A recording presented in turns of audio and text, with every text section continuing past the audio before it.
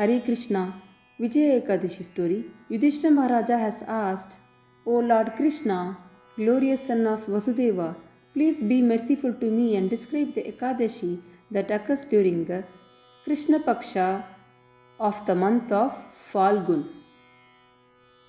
Lord Krishna replied, O Yudhishthira, O King of Kings, I shall tell you about this great fast which will give you all types of merits and success in this life and also the next life. That is, the next life indicates after our death. He started telling the following story. Once Narada Muni asked Brahma about Vijaya Ekadashi story. Narada's great father, that is Brahma, replied, My dear son Narada, this oldest of fasting days is pure and it nullifies all sins. And I have never revealed this to anyone until today. But you can understand beyond any doubt that this Ekadashi will give you all the results indicated by its name, Vijaya. Vijaya means victory.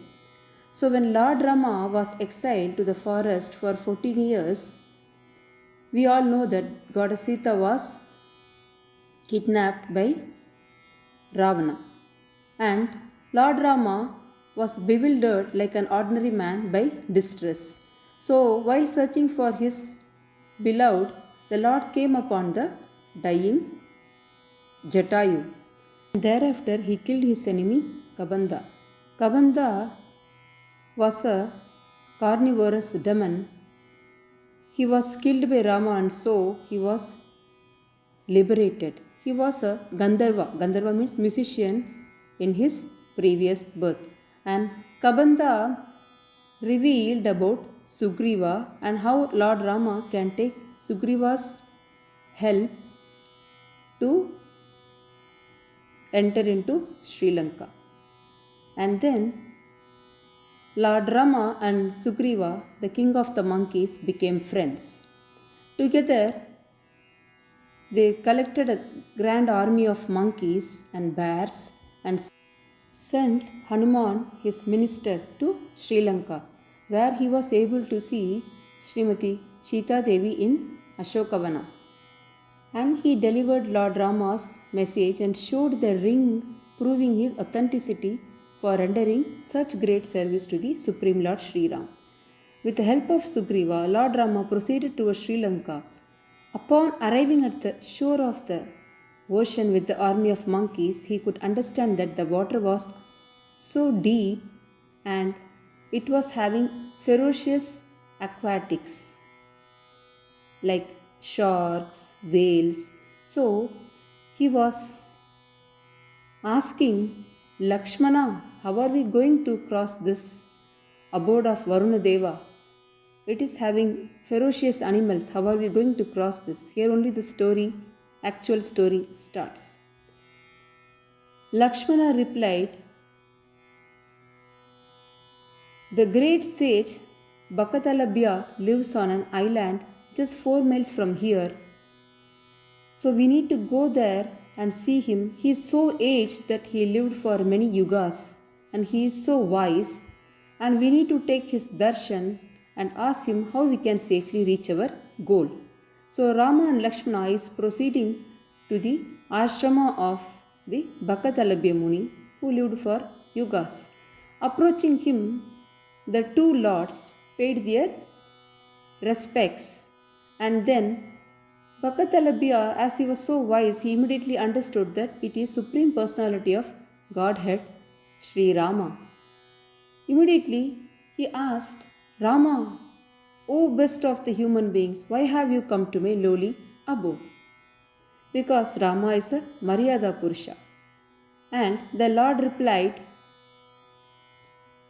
O great Muni, I have come here to get an idea of how do we cross this ocean which is having ferocious aquatics.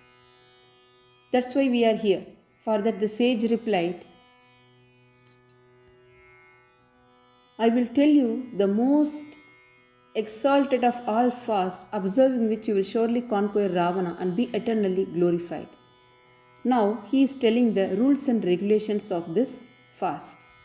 On the day before Ekadashi, that is during Dasami day, he is telling to collect the water pot made of gold or silver or copper. If the metals are not available, we can even use a clay, and fill the clay pot or the pots which is of metal with pure water. Then decorate the clay pot with mango leaves. Then cover it and place it near a puja room or mandir. And this kalash, this water pot, this kalash should be on the mound of 7 grains. Those 7 grains are barley, wheat, rice, corn, chickpeas, kukani and dal or peas. So now he is telling Rama to take a morning bath and decorate the water pot with flower garlands and sandalwood paste, and he is saying on top of the pot he is telling him to place a coconut, pomegranate and barley. Now he is saying worship the water pot deity. That is, now this kalash become a deity. It is in worshipable form. He is saying offer him dhupa, that is incense, sandalwood paste, flowers, a ghee lamp and a plate of sumptuous foods for Naivedya. Now he is saying to remain awake that night on the day before Ekadashi. That is, even during Dashami night he is telling to remain awake near the pot, and then on top of the lid filled with barley place a golden murti of Lord Sri Narayana. So these are the rules he should follow on the day before Ekadashi, that is on Dasami day. And once Ekadashi dawns, in the morning of Ekadashi, he should take a bath, and then he should again decorate the water pot with sandalwood paste and garlands. Then worship the pot again with incense, lamps, sandalwood paste, flowers dipped in sandalwood paste, and then devotedly place many kinds of prasadam, that is the offering, whatever was prepared, along with pomegranate and coconut before the water pot. Then he should remain awake on Ekadashi night also. So on Dashami night also Rama should be awake, and on Ekadashi night also Lord Rama should be awake by decorating with all these rules and regulations.